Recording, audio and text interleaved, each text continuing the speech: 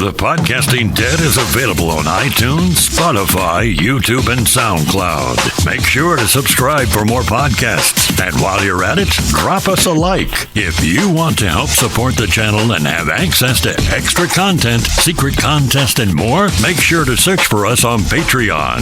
Patreon.com/thepodcastingdead. All right, it's time to get weird on a Wednesday. I'm Justin. I'm JP. And we're the Podcasting Dead. We podcast about a little bit of everything from The Walking Dead to the paranormal to conspiracies to what we're going to be drinking on this weekend. So if you are a fan of podcasts, consider checking out our channel, giving us a subscribe. If nothing else, give this a like, and we'll give you more details on our Patreon at the end of the podcast. So in the meantime, if you're new to the channel, welcome. If you're a returning listener, thank you so much. JP's taking the lead on this one once again. And JP, this is a creature that neither of us have heard about before. And it comes from my old stomping grounds, one could say. Yeah, man. I was scrolling around looking at different Sasquatch accounts because, you know, I'm in love with the Sasquatch. Yeah, it's something I'm always doing. And I came across the Honey Island Swamp Monster. And, yeah, he hails down there around Honey Island Swamp in Louisiana. And they've been seeing this creature since the 1960s.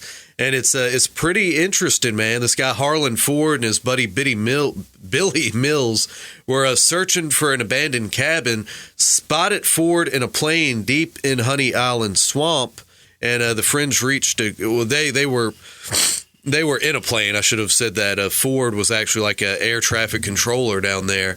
And they reached a clearing where they spotted this creature who kept eye contact with them for a moment before escaping into the underbrush. As you know, the swamp is a pretty dense, thick, place. So it's easy for a creature like that to just, you'd be looking at it 1 minute and next minute, bam, it's just gone. Yeah.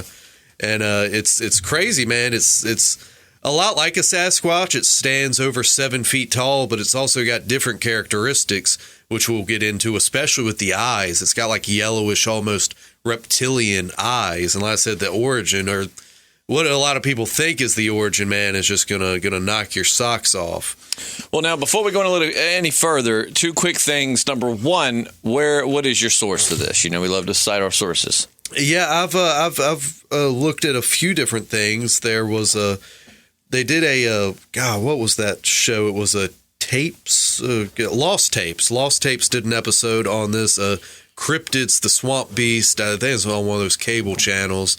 I'm looking at information from fandom.com, cryptids.fandom.com. Okay. There's a bunch of stuff out there on this thing. It all pretty much syncs up around these two guys back in the early 60s finding it.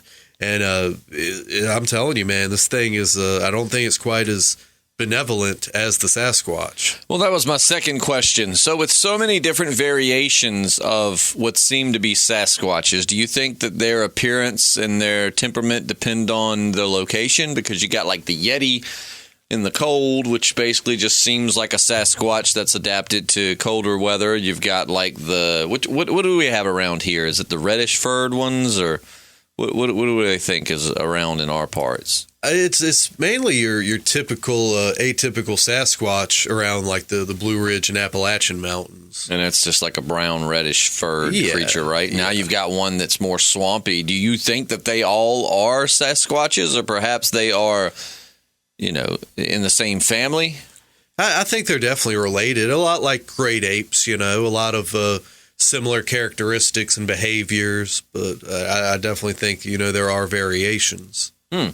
Well, continue. I want a description of this creature and some accounts. Well, I was talking about description, man. One interesting thing is, they found this thing the first sighting was in 1963 there at a Honey Island Swamp in Louisiana. Mm-hmm. And when these guys spotted it, they found tracks that indicated a 3-toed webbed foot. So they think that this creature basically adapted to the climate, to the terrain, and it's got webbed feet, unlike your typical Sasquatch. Well, now evolution takes a very long time, or as far as adapting to these types. So that would insinuate that if they are a variant of the Sasquatch or in the same family, that they've been around for a very long time. Long time, yeah. But these dudes, Ford and Mills, they went back to this area like 10 years later. It's 1974. They're duck hunting, and the two guys found several dead boars with their throats torn out along the way. So these creatures are definitely more carnivorous than your average Sasquatch creature, which is interesting as well. Very interesting, because like you said, most Sasquatches eat, like, I mean, what would you say, like nuts and berries and stuff like that? Yeah, I mean, they're omnivores. They might have some animal protein in their diet, but largely omnivores. And these guys, man, they say that the boars they found mutilated like this were too far from water for it to be like an alligator attack, which I guess would be your first, suspicion being in the bayou. But yeah, they said they were too far from water to have been attacked by alligators. And then they saw these footprints again, the three-toed webbed footprint around one of the boars. So they were just like, we're getting the hell out of here. Obviously, this thing means business. It's carnivorous, and if it can, kill these boars and just rip them to pieces, yeah, let's get up out of here. What other creatures? And I know that's dumb of me to ask you, which I mean, when I was very young when we left Louisiana, but what other carnivorous creatures reside in Louisiana that you're aware of? I mean, I don't. Obviously, you got alligators. I'm sure there's some big snakes that could maybe take down a decent sized animal. But as far as something that could actually take down a boar, or rip its throat out, I mean, I'm struggling to think of anything. I mean, I don't think there's any like wild cats down there, are there? Like, actually, yeah, they have and stuff. Yeah, well, not really. They do the types of wildcats in Louisiana, from what I'm reading, are limited to like bobcats. And then you've got like the Louisiana black bear, right? Which I don't know what makes it different than any other black. They say it's a heavy black bear, so I'm guessing the black bears there are a bit bigger. But I mean, so. Keeping in the realm of possibility, it's definitely possible that a bobcat or a bear would rip out the throat of an animal. Perhaps. But like I said, they found these three-toed footprints. And we're talking about big footprints again. That's true. Three-toed footprints. That's not. That doesn't sound like a bear or a cat. Yeah, and this is like a 7-8 foot creature. So these footprints had to be massive. So that is interesting, because the only other carnivorous creatures I'm really seeing, you've got bobcats, you've got the black bear, you've got coyotes, and basically the same thing we have here. I mean, down there, it's interesting because a lot of the roadkill down there in Louisiana, I remember are actually armadillos. Yeah, a lot of them down there. But I mean, as far as carnivorous creatures and just creatures in general, I mean, it's not much different as far as the mammals population than what we have here. So yeah. I can't think of anything here that has 3 toes and is that big. Right. But, yeah, they got the hell out of there, man, and I don't know that they really had any encounters after that 1974 hunting trip. But this other guy, Ted Williams, he was a guy very familiar with the terrain, went hunting all the time, and he says to have seen this creature many times, and also says that he's seen enough evidence to believe that there's multiple, like, swamp creatures in that area. And he, when interviewed, he said, I could have killed them. Pretty bold claim. But, yeah, it says he could have killed them, but I didn't, because they didn't seem to want to harm me. Now, he said that, but one day he took his boat in the swamp to set trout lines and was never seen again. Which, again, there's a lot of ways to disappear in the bayou. Really? But, yeah, according to this guy, he spared their life. And something got him in the swamp. Like I said, it could have been a lot of things, but according to him, and he could have been a kook, he saw these things on a fairly regular basis. So, well, and it's interesting to keep in mind too that you said he was running lines, which means he was in the water, probably in the swamp, which is a good possibility. He went to reach down into the water and do something with one of his lines, and a gator grabbed him and pulled him under, and that was the last he'd ever been seen of. But it is pretty peculiar that he claimed to have seen these creatures many, many, many times, even having chances to take them out, and then one day just vanishes. Yeah. But anyway, getting into like the description of this thing. Yes. So like I said, it's over 7.5 feet tall, estimated 400 to 500 pounds. A lot of people also call it the Louisiana Wookiee, which is kind of cool. It's said to be covered in a thick coat of matted gray or brown hair and swamp weed. Its yellow eyes, like I said, look reptilian by most accounts.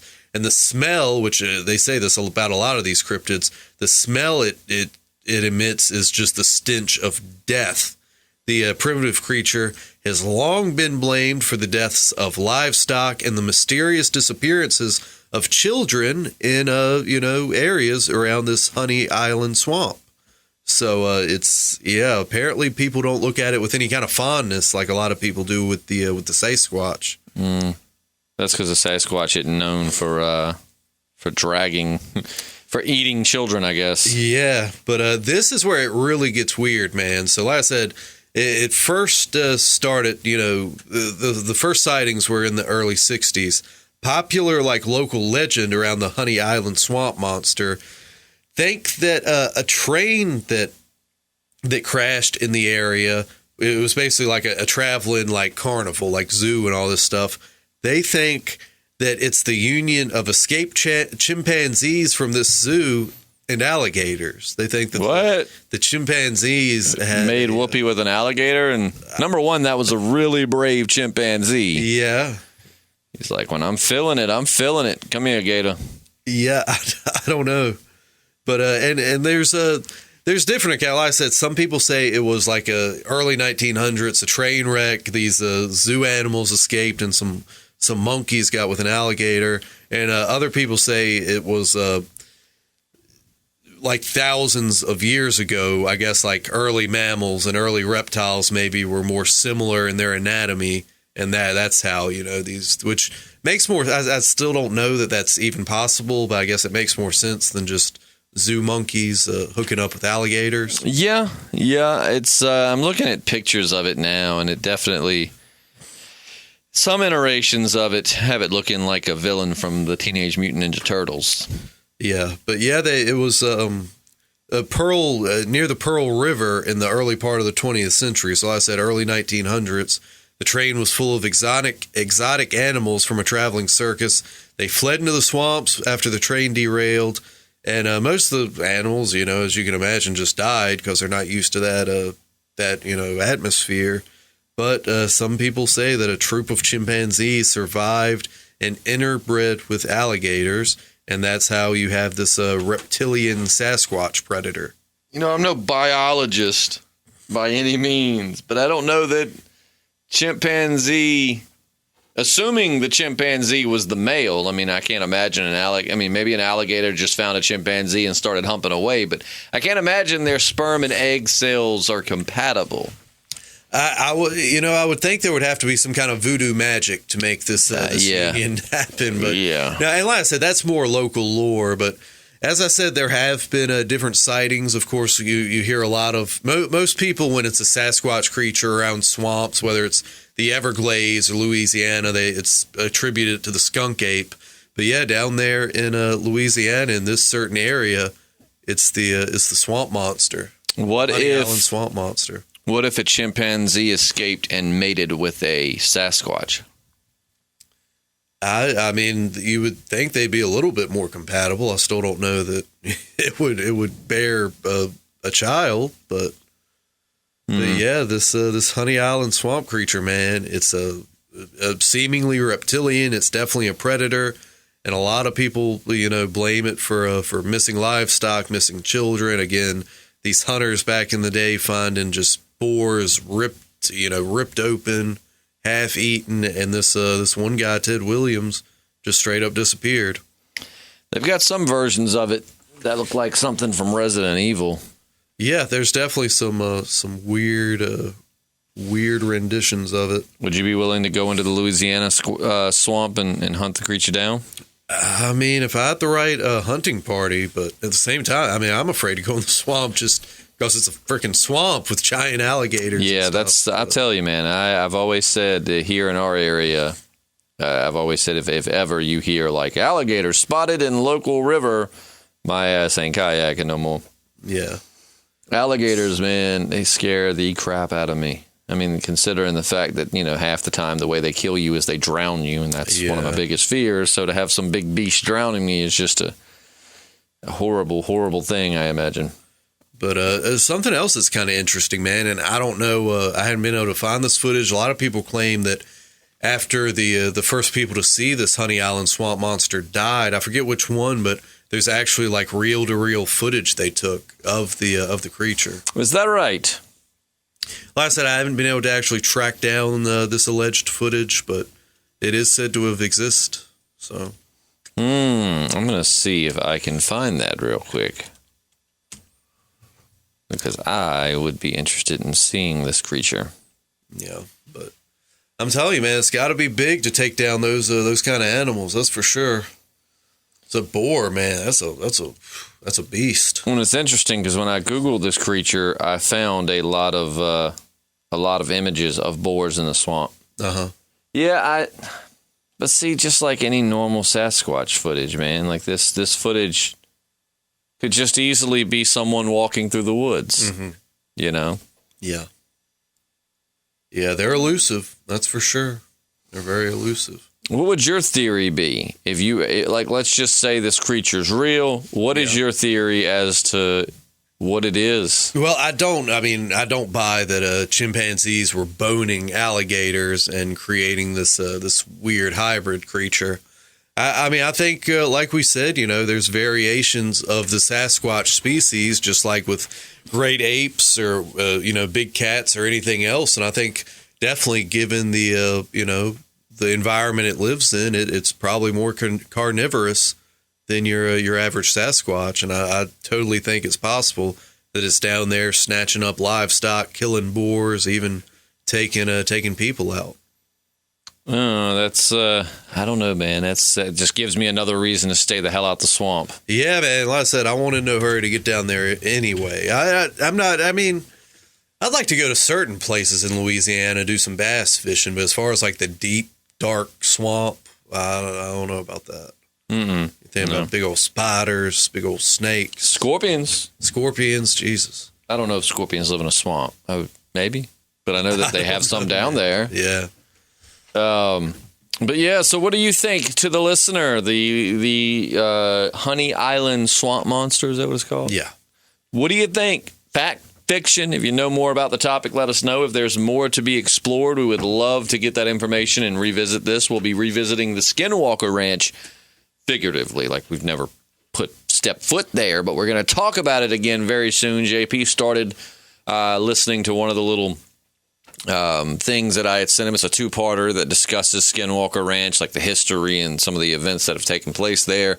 And JP started on the first one, and once he's finished those two, then we're going to revisit Skinwalker Ranch, because we actually had a lot of feedback on that. A lot of you were like, hey, please do that again. Like, go back, talk more about this. So it's definitely a subject that is fascinating, a lot of people. So we definitely have that around the corner. We just got to get JP to listen to that, and then we'll probably do several on it, to be honest with you, because those are just the tip of the iceberg. Once I want to do, definitely another one once JP's had a chance to listen and then discuss like his ideas and his thoughts on it. And then we will have a third one where we talk about maybe some more recent events or, things that we didn't discuss in the others. Yeah, during our little hiatus, while you're at the beach, I'm going to try to also watch the History Channel show on Skinwalker Ranch. Yeah, that looks pretty interesting. There was a clip that our listener Derek Patterson sent me a week or so back. I think it was last week, and it's I don't want to even spoil anything for you, but let's just say it's pretty damn interesting. I'll say that. And I mean, of course, while yes, it could be faked, damn, they did a good job if it is. Yeah. I'll say that. Like, it's really kind of eye-opening. Yeah, man.